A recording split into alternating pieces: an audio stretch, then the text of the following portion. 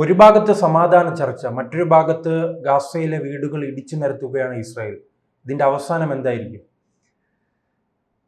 ഇപ്പോൾ നിലവിൽ വലിയ രീതിയിലുള്ള സമാധാന നീക്കം കെയ്റോ കേന്ദ്രീകൃതമായി നടക്കുന്നു. ഡൊണാൾഡ് ട്രംപ് പറഞ്ഞ ഒരു ടൈം ഫ്രെയിം അവസാനിച്ചു കഴിഞ്ഞു. ഞായറാഴ്ച ദിവസം അമേരിക്കൻ സമയം 5 മണിക്ക് ഒരു തീരുമാനമെത്തണം എന്നാണ് അന്ത്യശാസനം കൊടുത്തിരുന്നത്. പക്ഷേ അത് കഴിഞ്ഞു പോയിരിക്കുന്നു. ഇപ്പോൾ ഇതാ കെയ്റോയിലേക്ക് അമേരിക്കയുടെ റെപ്രസെൻറ്റേറ്റീവ് സ്റ്റീവ് വിറ്റ്കോഫ് എത്തിയിരിക്കുന്നു. എന്തിന്? പ്രസിഡന്റ് ഡൊണാൾഡ് ട്രംപിൻ്റെ മരുമകൻ ജാറഡ് കുഷ്ണർ എത്തിയിരിക്കുന്നു. അതുപോലെ ഇസ്രായേലിൻ്റെ ഭാഗത്ത് നിന്ന് IDF-ൻ്റെയും മൊസാദിൻ്റെയും പ്രതിനിധികളടക്കം ഗവൺമെൻറ് റെപ്രസെൻ്റ് ചെയ്തുള്ള ടീം കെയ്റോയിലുണ്ട്, ഈജിപ്തിൻ്റെ തലസ്ഥാനത്ത്. അതുപോലെ ഹമാസിൻ്റെ ഉന്നത നേതൃത്വം വരെയുണ്ട്. ആരെയാണോ ഇസ്രായേൽ വധിക്കാൻ ശ്രമിച്ചത് ഖത്തറിൽ, ദോഹയിൽ, അദ്ദേഹം ഉൾപ്പെടെ, ഖലീൽ അൽ ഹയ്യ അദ്ദേഹം ഉൾപ്പെടെ അവിടെ ചർച്ചയ്ക്കായി എത്തിയിരിക്കുന്നു. അതുകൊണ്ട് preferences are very much sharp. രണ്ട് ഭാഗത്തിനും കൃത്യമായ പ്രിഫറൻസ് ഉണ്ട്. അതുകൊണ്ട് സമാധാനം ഉണ്ടാകുമോ എന്നാണ് ചോദ്യമെങ്കിൽ ഇപ്പോഴത്തെ നിലയിൽ സമാധാനം ഒരു മരീചികയാണ്, അകന്ന് പോകുന്ന ഒന്നാണ്. അതേസമയം ടൈം ഒരു ഫാക്ടറാണ്. ഹമാസ് ഇപ്പോൾ ആഗ്രഹിക്കുന്നത് സമയമാണ്. ഹമാസ് വലിയ ഒരു വൈതരണിയിലാണ് അമേരിക്ക എത്തിച്ചിരിക്കുന്നത്.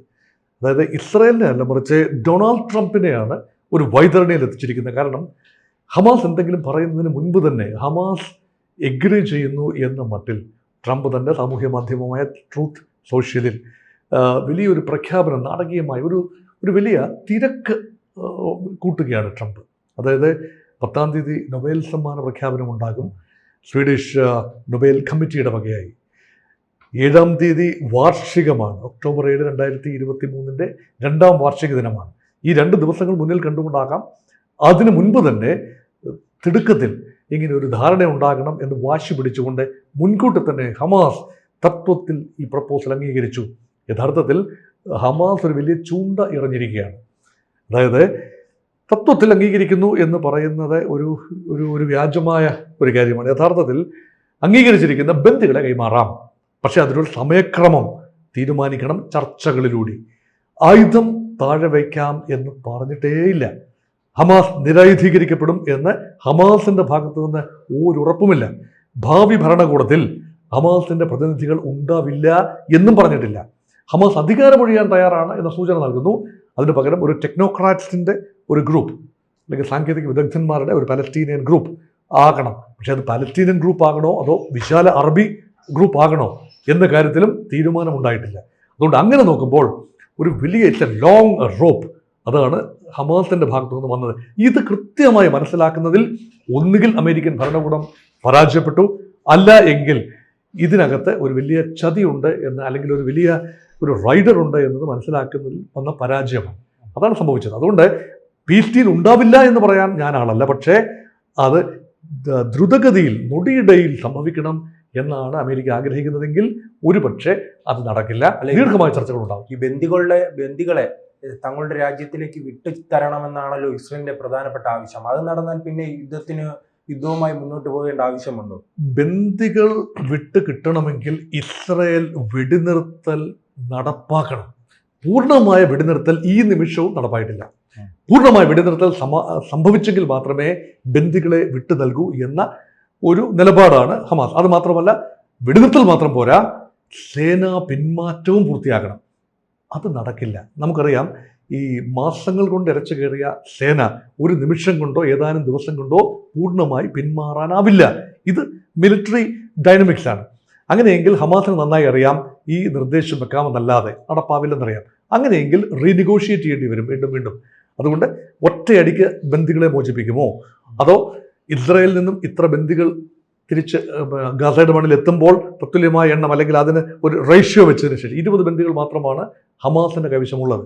ഇസ്രായേലിൻ്റെ കൈവശം 250 ജീവപര്യന്ത തടവുകാരും 1700-ൽ പരം സാധാരണ തടവുകാരുമുണ്ട്.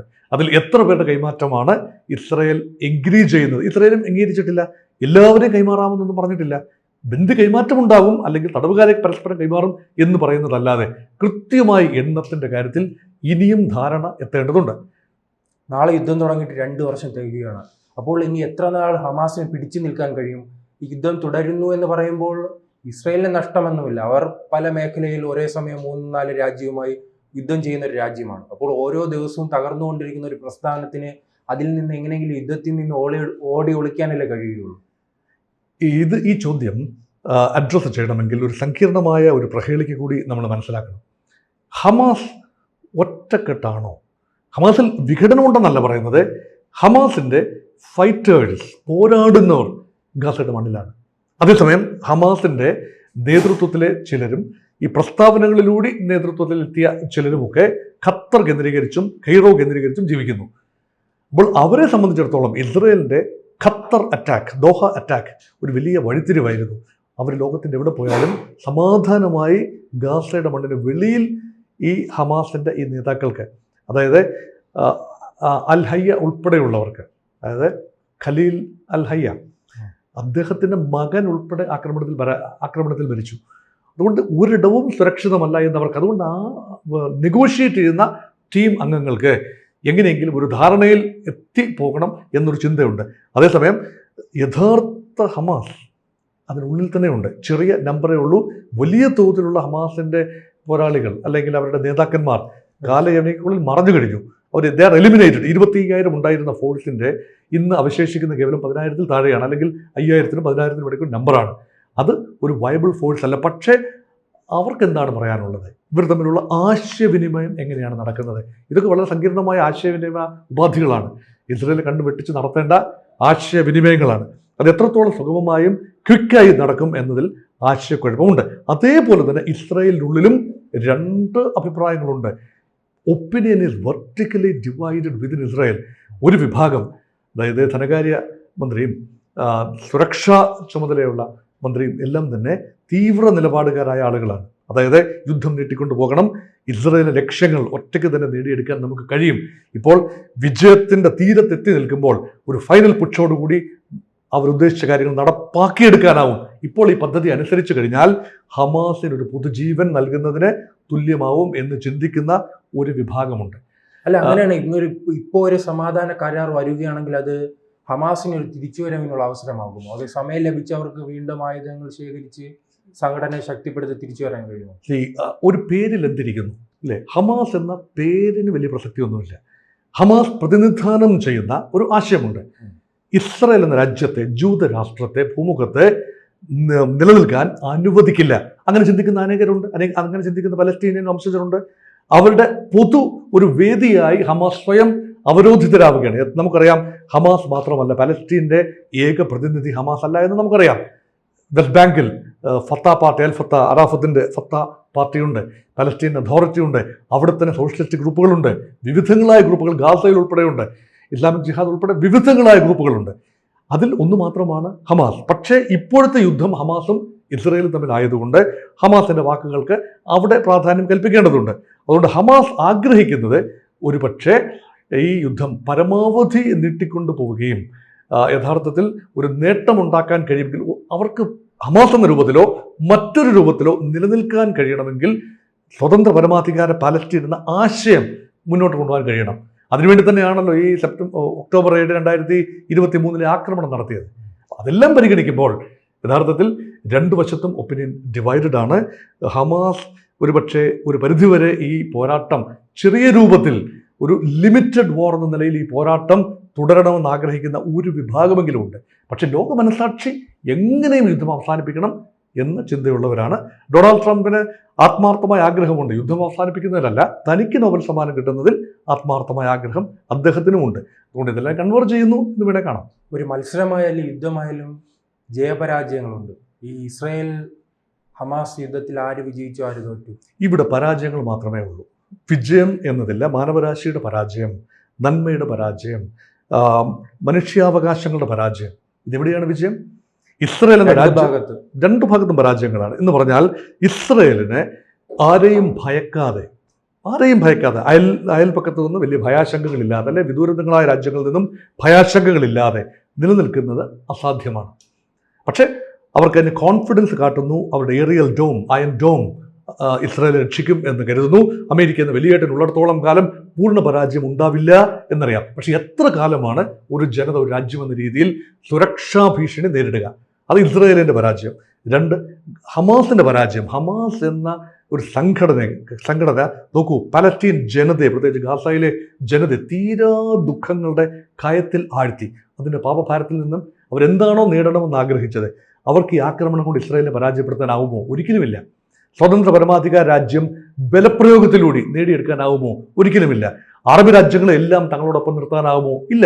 യഥാർത്ഥത്തിൽ ഈ കരാർ പൂർണ്ണമായി ഹമാസിന് അനുകൂലമായ കരാറല്ല, കൂടുതലും ഇസ്രയേലിന് രക്ഷയ്ക്ക് വേണ്ടിയുള്ള കരാറാണത്. ട്രംപ് കൊണ്ടുവന്ന കരാർ അതങ്ങനെ തന്നെയാണ്. ഇത് ഹമാസിനും അറിയാവുന്ന കാര്യമാണ്. അതുകൊണ്ട് എങ്ങനെയാണ് ഹമാസ് വിജയിച്ചു എന്ന് പറയാനാവുക? അമേരിക്കയ്ക്ക് വിജയിച്ചു എന്ന് പറയാനാവുമോ? അമേരിക്ക അനാവശ്യമായി മറ്റു രാജ്യങ്ങളുടെ കാര്യങ്ങളിൽ ഇടപെടുന്ന രാജ്യം, ഒരു വഴിയൊരുക്കുന്ന മധ്യസ്ഥ രാജ്യം എന്നെല്ലാം പറയും. പക്ഷേ പൂർണ്ണ സമാധാനം ഗാസയിൽ ഉണ്ടാവാതെ അമേരിക്കയ്ക്ക് വിജയമെന്ന് പറയാനാവില്ലല്ലോ. ഗൾഫ് രാജ്യങ്ങൾക്ക് വിജയമെന്ന് പറയാനാവുമോ? അറബ് രാജ്യങ്ങൾക്ക് വിജയമെന്ന് പറയാനാവുമോ? ആവില്ല. കാരണം അവരുടെ സഹോദരങ്ങളാണ് പലസ്തീൻ. ഒരു പലസ്തീനിയൻ രാഷ്ട്രം 48 മുതലുള്ള ആവശ്യമാണ്. ഒരു സ്വതന്ത്ര പരമാധികാര പലസ്തീൻ ഇന്നും മരീചികയെ തുടരുമ്പോൾ അറബ് ഇസ്ലാമിക രാജ്യങ്ങൾക്ക് ആശ്വസിക്കാൻ വകയില്ല. അതുകൊണ്ട് ഇനി തോൽവിയുടെ പാരമ്യത്തിൽ നിൽക്കുന്നത് ഗാസയുടെ, അത് അൺഫോർച്ചുനേറ്റ് ആണ്. അവർ വരുത്തിവെച്ച യുദ്ധമല്ല. അവർക്ക് വേണ്ടി ഹമാസ് ആയുധമെടുത്തപ്പോഴാണ് ഈ അവസ്ഥ ഇപ്പോഴുണ്ടായത്. പക്ഷേ ഇത് ഇന്നലെ തുടങ്ങിയ യുദ്ധമല്ല. ഒക്ടോബർ 2023 തുടങ്ങിയ യുദ്ധവുമല്ല. തുടരുന്ന യുദ്ധത്തിൻ്റെ ഒരു ഏട് മാത്രമാണ് ഈ കഴിഞ്ഞ 2 വർഷം മുമ്പ് നടന്ന സംഭവം. അതുകൊണ്ട് പലസ്തീനിയൻ ജനത വലിയ വലിയ വലിയ പരാജയം നേരിടുന്നു. പ്രത്യേകിച്ച് ഗസയുടെ മണ്ണിലെ 23 ലക്ഷം പലസ്തീൻ ജനത. അതുകൊണ്ട് വിജയങ്ങളുടെ കണക്കെടുത്താൽ ആ കണക്ക് പുസ്തകത്തിൽ വിജയത്തിൻ്റെ ഒന്നും ഉണ്ടാവില്ല. പരാജയങ്ങളുടെ വലിയ ഘോഷയാത്ര. പക്ഷെ പരാജയത്തിൻ്റെ ഭാരം തങ്ങൾക്ക് ഏറ്റവും കുറച്ചു കൊണ്ടുവരികയും അങ്ങനെ ഒരു പരാജയത്തെയും വിജയമായി അവതരിപ്പിക്കാനും ഉള്ള ശ്രമമാണ് എല്ലായിടത്തും നടന്നുകൊണ്ടിരിക്കുന്നത്. കൂടുതൽ വാർത്തകളും വിശേഷങ്ങളും നിങ്ങളിലേക്ക് എത്താൻ ABC മലയാളം സബ്സ്ക്രൈബ് ചെയ്യുക, ബെൽ ബട്ടണും അമർത്തുക.